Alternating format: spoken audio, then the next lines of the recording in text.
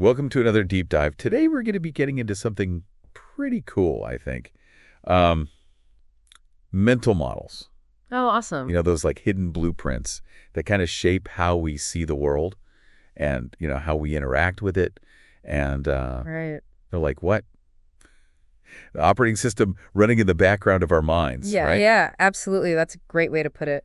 Um, so mental models are really like filters, the way we process information, how we make sense of our experiences, and they can be really, really powerful, and this is a big but, sometimes they can really hold us back and we don't even realize it. That's what's so fascinating to me. The idea that we can actually like reprogram these mental models for positive change. Yeah, I mean, that's huge, right? huge. It's like realizing you can upgrade your operating system and just unlock all this new potential. Exactly. Yeah. And one of the most common mental models that can actually really limit us is the belief that people hate being sold to.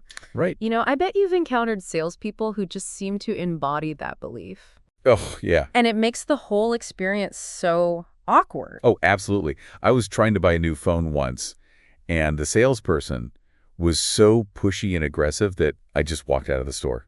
I mean, it was like they were more interested in making a sale than actually helping me. Right. And that's a perfect example of how a mental model can become like a self-fulfilling prophecy. So the salesperson's belief that people hate being sold to probably led them to act in a way that just confirmed their own bias. Oh, wow. You know? It created a negative experience for everyone involved. Exactly. Yeah.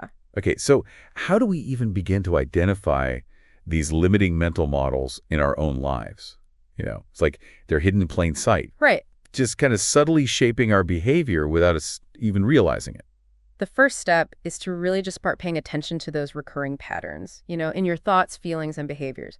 What are those default assumptions you make about yourself, other people, the world around you?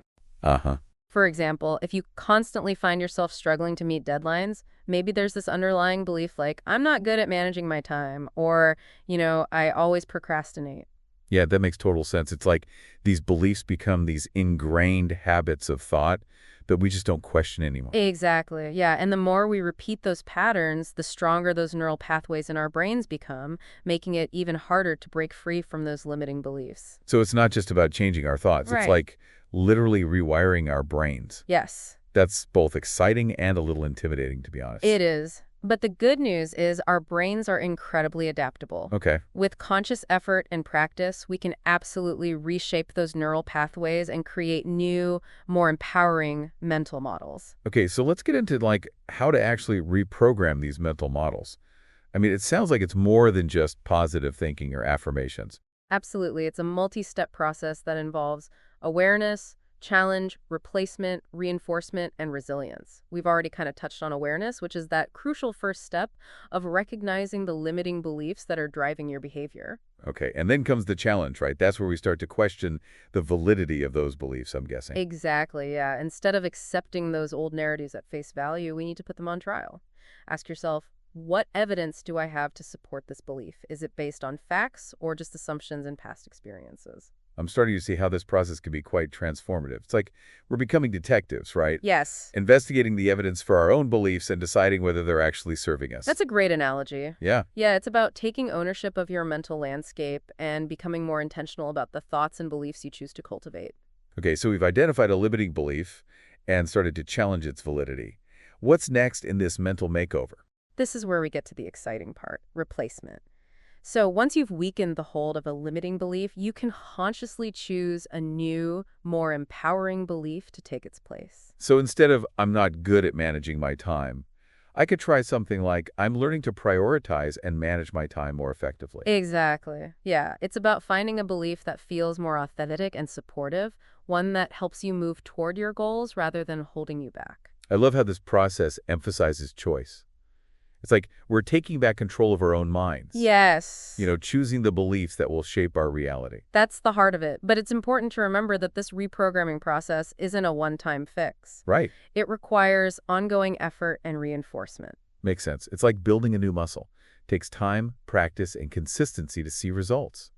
So how do we reinforce these new empowering beliefs and make them stick? This is where action comes in. It's not enough to just think these new thoughts. Uh-huh. We need to embody them in our daily lives. Okay, so if I'm trying to reprogram my belief about time management, I might start by breaking down large tasks into smaller chunks, setting realistic deadlines, and using a planner to stay organized. Exactly. Yeah. By taking consistent action that aligns with your new belief, you're sending a powerful message to your brain that this is the new reality you're creating. It sounds like there's a real interplay between our thoughts, beliefs, and actions. Absolutely. They all work together to shape our They experiences. do, yeah. It's a dynamic feedback loop, and the more we reinforce these positive patterns, the more natural and effortless they become. I can see how this whole process of reprogramming mental models can be really empowering, but I imagine it's not always easy. Right? What about those times when we fall back into old patterns Yeah. or face setbacks? That's where resilience comes in. It's about understanding that setbacks are a natural part of the growth process. Instead of viewing them as failures, we can reframe them as opportunities for learning and course correction. So it's not about being perfect. It's about being persistent and just, being compassionate with ourselves along the way. Exactly. The key is to cultivate a growth mindset, embracing the idea that we're constantly evolving and learning from our experiences. I'm feeling inspired to start examining my own mental models and see where I might be holding myself back. That's fantastic. And I think it would be helpful to look at some specific examples of how this reprogramming process plays out in real life. In the next part of our deep dive, we'll delve into a couple of case studies that illustrate how people have successfully challenged limiting beliefs and created positive change in their lives. This is getting really interesting. I can't wait to hear those stories and see how we can apply these principles to our own journeys. Welcome back. Before we were getting into, rewiring those mental models like the awareness, the challenge, the replacement, reinforcing it, and then being resilient. It sounds like a lot, but I'm guessing it's not just like a checklist you just go through one by one, right? You're right. It's more like a continuous loop, Okay, each step kind of feeding into the others. right. So, as you become more aware of your mental models, you're better able to challenge them. And that then leads to finding those empowering replacements. And then the more you put those into practice, the more resilient you become when you hit a snag. Yeah. It's like this positive feedback loop builds on itself over time. Okay, that makes sense. It's not just like one and done, but it's an ongoing process. Right. Speaking of real-life examples, we were about to dive into those case studies, stories of people who actually went through this, like mental makeover. Yeah, let's do it. So one that was really striking from the source material was, we'll call her Sarah. She was incredibly talented, driven, but she struggled with this deep-seated belief that she wasn't worthy of success. That's, heartbreaking, but I think a lot of people can relate to that feeling of not being good enough, Oh, absolutely. no matter what you achieve. Yeah. And this belief was holding her back in so many ways. She constantly downplayed her accomplishments, she sabotaged opportunities, and she just struggled to ask for what she deserved. Wow, like that belief was just running the show in her life, Yeah, dictating her choices, totally. limiting her potential. So how did she start to break free from that? So she started by simply becoming aware of this pattern. She noticed how this belief kind of popped up in different areas of her life, from her career to her relationships. And then came the challenging part. She started questioning the evidence for this belief. Uh-huh. So, she was like, what concrete proof do I actually have that I'm not worthy? Is this based on facts or just, old insecurities? I imagine that's where it gets really tough, It's one thing to intellectually understand that a belief might be irrational, but to actually feel it and let go of it, that's got to be hard, You're so right. It's an emotional process, not just an intellectual one. right? And Sarah, she had to really dig deep and confront those ingrained insecurities. And that's where, finding an empowering replacement belief came in. So she started focusing on her strengths, her accomplishments, and the positive impact she was making on the world. So instead of I'm not worthy, it became, I'm capable and deserving of success. Yes. That's huge. That's a powerful shift. It is.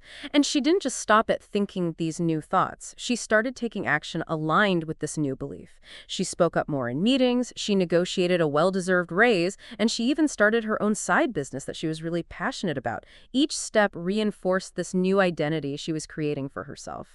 Her story is so inspiring. It shows that it's possible to break free from those self-limiting beliefs, even when they just feel, so deeply ingrained. Yeah. I'm curious, what about those times when we're trying to reprogram mental models, Not just for ourselves, but for like entire teams or organizations. How does that work? That's a great question. And this is where things get really interesting. So let's say you're a leader and you're trying to implement a major change, within your organization, like maybe a new technology platform or a shift in company culture.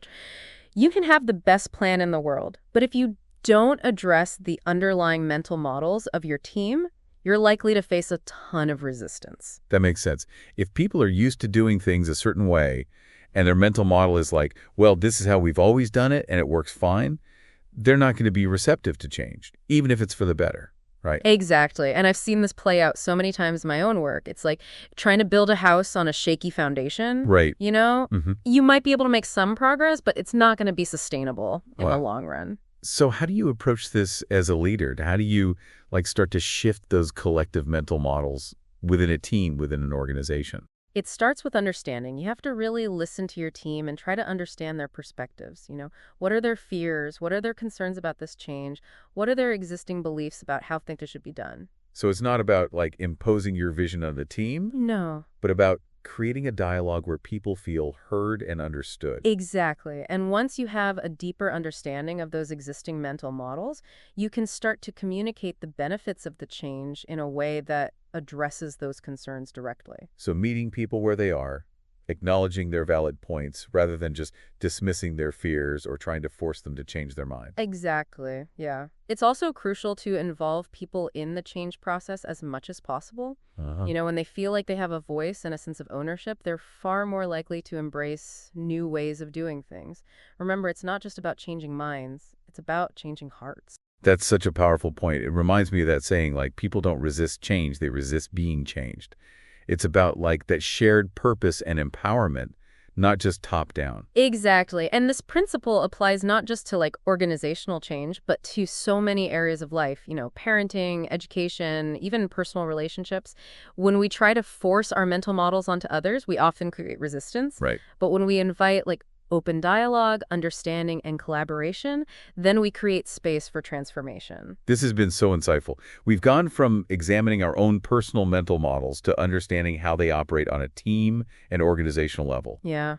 I'm thinking now about how these shared mental models might even shape like entire societies. You're right. And that's where things get really fascinating, but also incredibly complex. So in the final part of our deep dive, we're going to zoom out even further and explore how these shared mental models influence everything from cultural norms to political discourse and even technological innovation. This is blowing my mind. I can't wait to explore that next layer. Stay tuned, listeners, as we continue our deep dive into the world of mental models. Welcome back to our deep dive on mental models. So we've been talking about how these hidden blueprints shape our personal lives and influence organizations and drive decision-making. But now we're zooming out even further to examine how they operate on a societal level. It's like taking all the individual and organizational mental models we've discussed and just kind of like weaving them together into this massive tapestry that reflects our collective beliefs and values and behaviors. Okay, so I'm picturing this intricate web of interconnected beliefs spanning entire cultures and nations. It seems like things could get pretty complex here. It does add another layer of complexity, but it's also incredibly fascinating. These shared mental models form the foundation of cultural norms, political ideologies, even technological advancements. They shape our worldview and our interactions and societal decisions. So do you have any specific examples of how these shared mental models actually play out in the real world? Yeah, absolutely. Let's take the concept of time. So in some cultures, time is viewed as linear and finite, a precious resource to be managed efficiently. This often translates to a fast-paced, achievement-oriented lifestyle. That sounds familiar.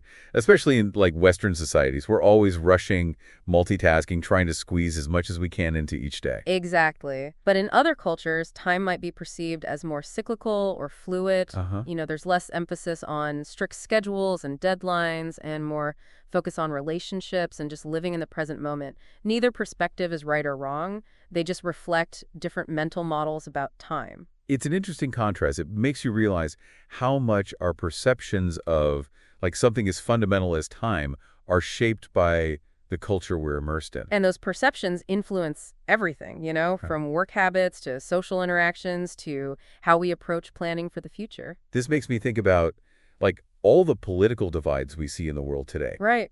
Could these different mental models be contributing to those as well?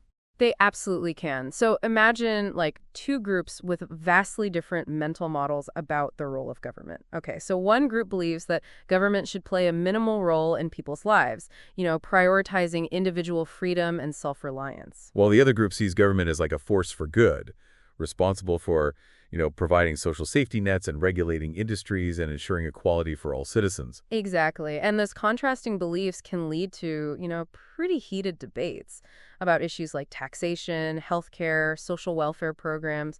Each side is viewing the situation through the lens of their own, like deeply ingrained mental models. So then, how do we bridge those divides when our mental models are so different? It seems like it could be really challenging to find common ground. It's definitely not easy, but I think the first step is acknowledging that we're all operating from our own unique set of mental models, shaped by our upbringing, culture, experiences. Right, so instead of assuming that, like, the other side is wrong or ill-intentioned, we try to understand where they're coming from. Exactly. It's about cultivating curiosity rather than judgment. We can ask questions, listen with an open mind, and try to see the world from their perspective.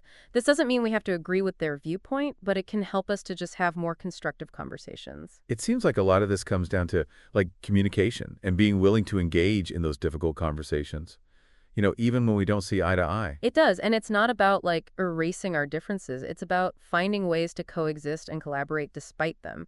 After all, a society that embraces diverse perspectives is often a more innovative and resilient one. I love that thought. Like, diversity of thought, even when it leads to disagreement, can actually be a strength.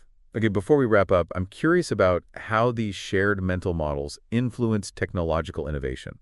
It seems like our beliefs about progress and what's possible would play a big role there. Absolutely. Think about like the development of renewable energy technologies, Yeah. So those who believe that climate change is a real and urgent threat are more likely to invest in and support these technologies.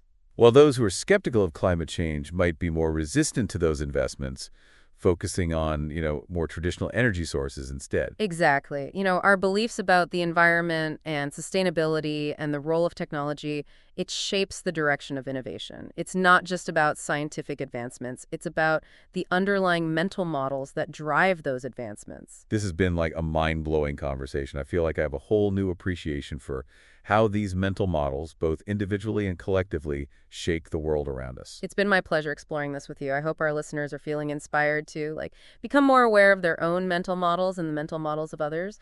Understanding is the first step towards positive change. What a perfect way to sum it up. It's been an incredible journey exploring the power of mental models, their impact on everything from personal growth to these global challenges. Thank you so much for sharing your expertise with us. It's been a joy. I hope our listeners are walking away with some new insights and a sense of empowerment. Remember, we're all architects of our own reality, and by understanding these mental blueprints, we can create a more conscious and fulfilling world. That's a wrap on another deep dive. We'll be back soon with more thought-provoking explorations. Until then, keep those mental models churning.